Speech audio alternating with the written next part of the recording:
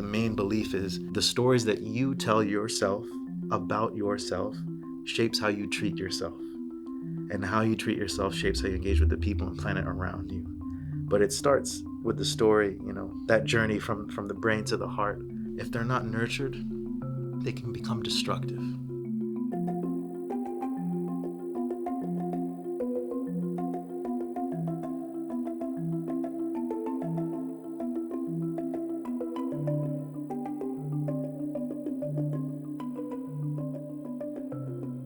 I used my contacts to get access inside Zaatari refugee camp, which there was over, at that time, I think 80,000 Syrian refugees living in that camp.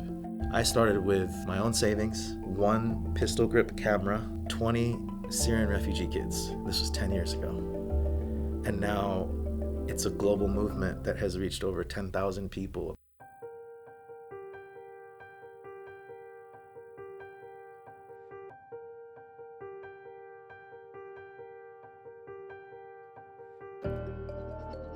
When we are living in states of chronic stress, chronic uncertainty, chronic fear, like a lot of people are today, that story gets colonized and hijacked by a narrative of survival, of fight, flight, freeze, of low self-worth, of isolation. And that's dangerous, So what ends up happening is you start to de-story yourself. And to de-story yourself is to suppress your voice, your narratives.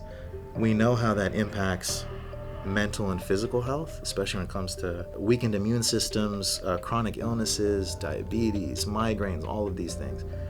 But when you re-story communities and you exercise those skills of storytelling communication, what you're actually exercising is mindfulness. You're creating something, you're getting agency back, you're connecting your mind and your heart with your voice.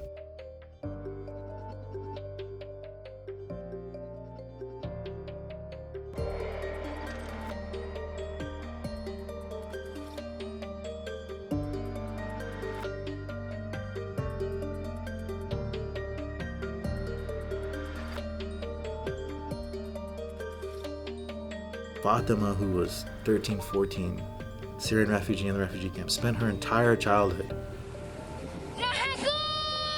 When I first met her 10 years ago, she couldn't answer a question if you asked her one. She couldn't make eye contact with you. She was afraid to speak up if she was in a room with other people. And now, years later, after working with other brave sisters like Fatima and Fatima herself, she has taken these storytelling tools and practices and she's created her own storytelling practices for her own mindfulness and health and agency. So now she's literally gathering older women and younger girls into her trailer and tent, and she's facilitating her own storytelling exercises for other people using what we left her.